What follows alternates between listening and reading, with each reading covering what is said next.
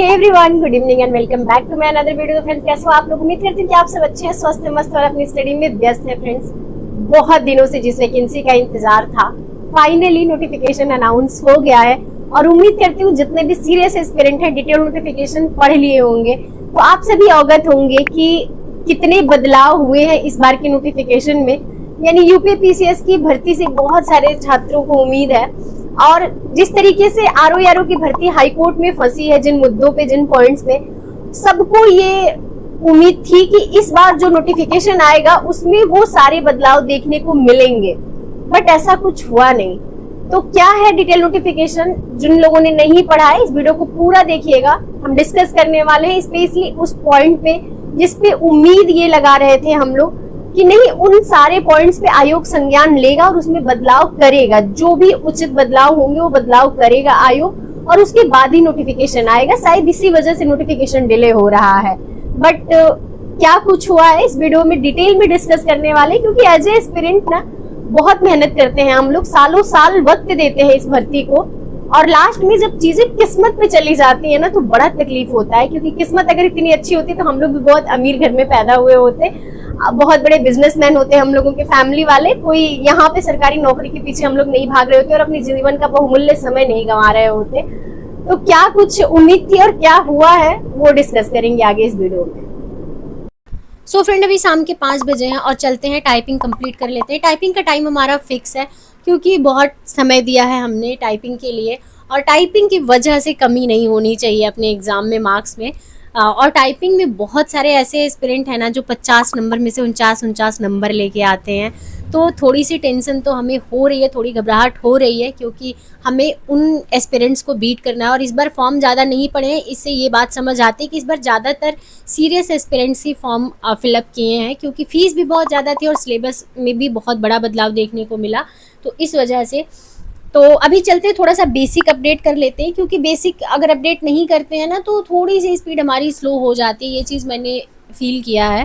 तो पहले आज बेसिक पे काम करेंगे थोड़ी देर, देन पेज से टाइप करेंगे। जो पेज हमें मिला हुआ है वो हमारे टाइपिंग सेंटर का ही पेज है। आप लोगों में से बहुत सारे लोगों के सवाल होते हैं कि जो मैटर टाइप करती हैं आप, वो मैटर आपको कहाँ से मिला है? तो हमारे टाइपिंग सेंटर से ही मिला हुआ है। हम शेयर नहीं करते हैं क्योंकि उस पर सेंटर का नाम लिखा हुआ है, तो एड्रेस वगैरह हम अपना रिवील नहीं करना चाहते। वो अलग की बात है कि बहुत सारे एस्पिरेंट्स हमें देखते हैं कभी मार्केट, कभी कटरा जाते हुए, कभी कहीं जाते हुए, तो लोकेशन बहुत सारे लोगों को पता है कि मैं कहाँ रहती हूँ, बट फिर भी मैं सोशल मीडिया पे अपना लोकेशन रिवील नहीं करना चाहती हूँ। बस सेफ्टी पर्पज़ है, इससे ज़्यादा कुछ नहीं है। तो इसी वजह से मैं टाइपिंग सेंटर का नाम नहीं बता सकती। आप लोगों में से बहुत सारे लोगों ने पूछा कि आप किस टाइपिंग सेंटर पे टाइप करती हैं, जाती हैं सीखने के लिए टाइपिंग, तो वो चीज़ें मैं नहीं डिस्क्लोज कर सकती, सॉरी। कई बार ऐसा होता है ना, जब वैकेंसी नहीं होती है तो नहीं होती है, लेकिन जब वैकेंसी होती है ना तो आगे पीछे कई सारी वैकेंसियां लग जाती हैं और आपको समझ नहीं आता कि प्रिपरेशन किस एग्ज़ाम की करने। तो इस टाइम पे सिचुएशन कुछ ऐसी ही बनी हुई है क्योंकि साथ में लोअर पीसीएस भी है। तो अभी मैं मंदिर चली गई थी और मंदिर से लौटते समय ये थोड़ी सी सब्जियां और भुट्टे लेती आई। आज मुझे लौटते वक्त मैंने देखा कि एक अंकल हैं, वो लेके बैठे हुए हैं और मैंने उनसे पूछा कि अंकल ये नॉर्मल वाले भुट्टे हैं? तो उन्होंने बोला कि नहीं बेटा, नॉर्मल वाले भुट्टे अभी आएंगे, 10-15 दिन बाद निकलने शुरू होंगे। ये स्वीट कॉर्न है और ये बिल्कुल फ्रेश है। तो मुझे भी लगा कि लेना चाहिए क्योंकि अभी तक मैंने जितने भी स्वीट कॉर्न खाए हैं ना वो फ्रोज़न फॉर्म में ही खाए हैं। कटरा जाती थी तो मैं अक्सर ले आती थी, लेकिन ऐसे मुझे कभी स्वीट कॉर्न नहीं मिले थे।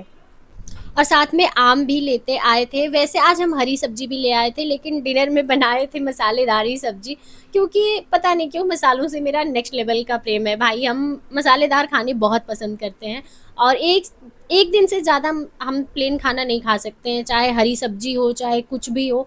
एक टाइम तो मुझे मसाले वाला खाना चाहिए ही चाहिए। तो चना मैंने मॉर्निंग में ही भिगो दिया था, इस वजह से आलू, चना और सोयाबीन की सब्जी, थोड़ी सी कचौड़ी और थोड़ा सा चावल मैंने बना लिया था क्योंकि खाने के लिए ही इंसान सब कुछ कर रहा है, इसलिए प्रॉपर खाना होना चाहिए। गुड मॉर्निंग दोस्तों, तो अगली मॉर्निंग आप सबका स्वागत है। अभी ब्लॉग कंप्लीट नहीं हो पाया था तो मैंने सोचा कि चलो संडे का मॉर्निंग भी शूट कर लेते हैं ब्लॉग में। तो अभी हम अपना टाइपिंग वाला टाइम जो रहता है डेली का हमारा 8 बजे से 9 बजे तक, वो हम कंप्लीट कर रहे हैं। और उससे पहले हमने अपने करंट अफेयर्स की क्लास कंप्लीट की, साथ में 1 लाइनर भी आज हमने कंप्लीट कर लिया क्योंकि जाना रहता है ना तो थोड़ा सा एक्स्ट्रा टाइम प्रिपेयर होने में चला जाता है, बट ऐसा कुछ भी नहीं है। और उससे भी बड़ी बात कि अभी इधर बीच में पिछले 1 महीने से लगभग मैं छोटी मोटी सफाइयाँ कर लेती हूँ डेली बेसिस पे, तो इस वजह से काम भी बहुत कम बचा हुआ था। तो अभी नहावा लिया है, रूम की साफ़ सफाई हमने कंप्लीट कर ली है, भगवान के सामने मत्था भी टेक लिया है। तो चलते हैं अब कुछ नाश्ता कर लेते हैं। नाश्ते के लिए आज कुछ बचा नहीं है मेरे पास, क्योंकि रात में मैं कमरा खुला छोड़ के सो गई थी, तो बिल्ली आके हमारे जो नाश्ते के जो भी चीज़ें रहती है वो खा पी गई थी, बेकार कर दी थी, तो उसको मैंने फेंक दिया। तो अभी हम रोटियां बना लेते हैं और थोड़ा सा नेनुआ की सब्जी बना लेंगे, सिंपल हमारा ब्रेकफास्ट भी हो जाएगा। ब्रेकफास्ट कह लो, लंच कह लो, जो कह लो, अब यही एक रहेगा, इसके बाद कुछ नहीं बनाने वाली हूँ मैं, क्योंकि इतना समय यहाँ रहता नहीं है ना कि प्रॉपर कुक किया जाए ब्रेकफास्ट भी और लंच भी। कुछ लोग बोलते हैं कि इनको लंच भी बनाने हैं, इनको ब्लॉगिंग भी करनी है, इनको पढ़ाई भी करनी है, कैसे सब कुछ मैनेज कर लेती हो? तो करना पड़ता है भाई, वो मेंटली आप प्रिपेयर रहते हो तो कर लेते हो। तो अभी हमने लंच खत्म कर लिया, बर्तन साफ कर लिया, रूम जितना क्लीन रहता है स्टडी उतनी अच्छी होती है और माइंड उतना ही ज़्यादा फ्रेश रहता है।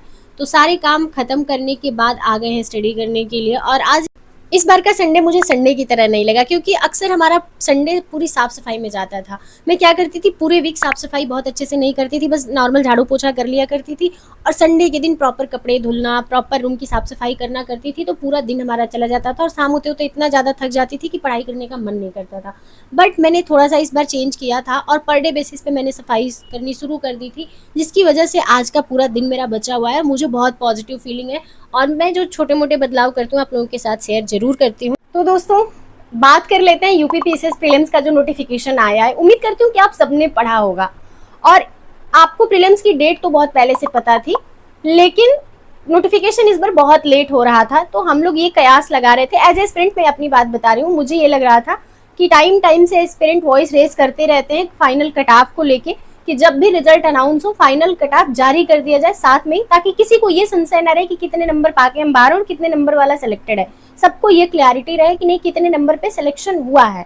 और दूसरा पॉइंट ये था कि माइग्रेशन लागू किया जाए प्रीलिम्स में भी, क्योंकि माइग्रेशन को लेके ही हाई कोर्ट में वैकेंसी फंसी हुई है आरओ की, क्योंकि इतनी बड़ी भर्ती और प्रीलिम्स मेंस हो चुका है, बच्चे सेलेक्ट हो चुके हैं, फाइनल स्टेज पे थे, ज्वाइनिंग लेटर मिलने वाला था और वहां पे वैकेंसी कोर्ट गई और वहां पे स्टे लग गई उस भर्ती पे।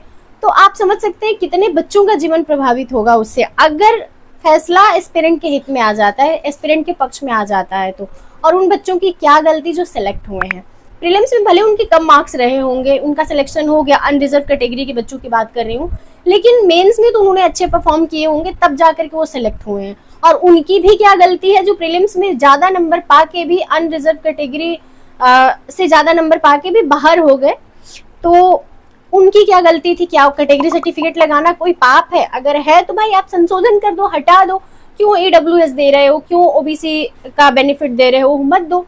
कोई भी एस्पिरेंट नहीं लगाएगा कैटेगरी सर्टिफिकेट, फिर सब अनरिजर्व में आएंगे और सब में इक्वालिटी रहेगी। बट ये सब जो खाई क्रिएट होती है ना इन सब चीजों की वजह से, इससे छात्रों का जीवन बहुत प्रभावित होता है, मेंटली बहुत टॉर्चर होते हैं एस्पिरेंट्स। तो मुझे ये लग रहा था कि हाई कोर्ट में भर्ती फंसी है तो आयोग को ये बात समझ जानी चाहिए थी कि कुछ तो कुछ तो कोर्ट को दिखा होगा, तभी तो जा करके इस वैकेंसी पे स्टे लग गया है, जबकि फाइनल स्टेज पे थी ये भर्ती, फिर भी स्टे लग गया है। तो कुछ तो इसमें पॉइंट है, तो उस पे काम करेगा आयोग। बट भाई आयोग तो आयोग है, आयोग को कुछ भी सुनाई नहीं देता और बहुत, हम कह सकते हैं ना कि भाई बहुत पेशेंस है आयोग के अंदर। आप वॉइस रेस करते रहो, आयोग अपनी चाल से ही चलेगा, अपना काम अपने तरीके से ही करेगा। आपके वॉइस रेस करने से आयोग को कोई फर्क नहीं पड़ने वाला है। आपका जीवन कितना प्रभावित हो रहा है इस बात से आयोग को कोई फर्क नहीं पड़ने वाला है। और आप एज ए एस्पिरेंट इस नोटिफिकेशन के बाद कितना मोटिवेटेड हैं, क्या सोच रहे हैं? क्योंकि अब जिंदगी किस्मत के भरोसे चली गई है। आप मेहनत कर रहे हो, आपको ये भी पता है कि हमें अनरिजर्व कैटेगरी से ज्यादा मार्क्स लाने हैं, तब जाके प्रीलिम्स में हमारा सिलेक्शन होगा और तब जाके हमें मेंस में कहीं माइग्रेशन का बेनिफिट मिलेगा। तो माइग्रेशन का बेनिफिट लेना है तो आपको प्रीलिम्स में अनरिजर्व कैटेगरी से ज्यादा मार्क्स लाने, लेकिन कितने ज्यादा मार्क्स लाने आपको नहीं पता है। तो सारी चीजें आ जाती है किस्मत पे कि चलो भाई किस्मत होगा तो प्रीलिम्स क्लियर होगा, किस्मत नहीं होगा तो प्रीलिम्स क्लियर नहीं होगा। तो किस्मत के सहारे आप कितना मोटिवेटेड हो और किस तरीके से प्रिपरेशन कर रहे हो, कमेंट सेक्शन में कमेंट जरूर करना आप। क्योंकि जहां हम ये कहते हैं, हम लोग ये कहते हैं, कह सकते हो छात्र वर्ग ही ये कहता है कि मेहनत बहुत मायने रखती है, किस्मत 1% मैटर करती है। बट यहाँ पे तो दिख रहा है कि पूरी की पूरी भाई किस्मत पे ही चीजें टिक गई हैं आके। तो कितना मोटिवेटेड हो इस नोटिफिकेशन के बाद कमेंट सेक्शन में कमेंट जरूर करना, क्योंकि मैं भी एस्पिरेंट हूँ, तो मैं आप लोगों की जब राय जानती हूँ तो मुझे लगता है कि चलो इस तरीके से नहीं, इस तरीके से सोचा जा सकता है, और इस तरीके से नहीं, इस तरीके से मोटिवेटेड रहा जा सकता है। तो कमेंट सेक्शन में अपना ओपिनियन जरूर रखिएगा।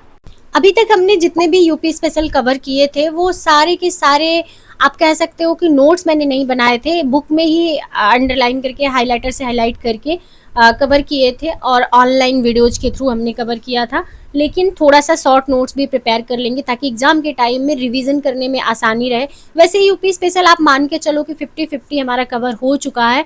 और आज की क्लास इतनी अच्छी थी कि क्लास ख़त्म होने के बाद इतनी पॉजिटिव एनर्जी है, ऐसे लग रहा है कि नहीं हमने बहुत अच्छे से आज कवर किया है।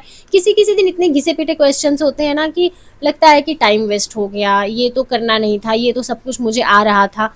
लेकिन किसी किसी दिन की क्लास इतनी अच्छी होती है, इतनी इम्पैक्टफुल होती है कि क्लास कंप्लीट करने के बाद लगता है कि हाँ मेहनत तो मैंने किया है। तो आज का दिन कुछ ऐसा ही था। चलिए मिलते हैं नेक्स्ट वीडियो में। इस वीडियो को कर देते हैं यहीं पे एंड।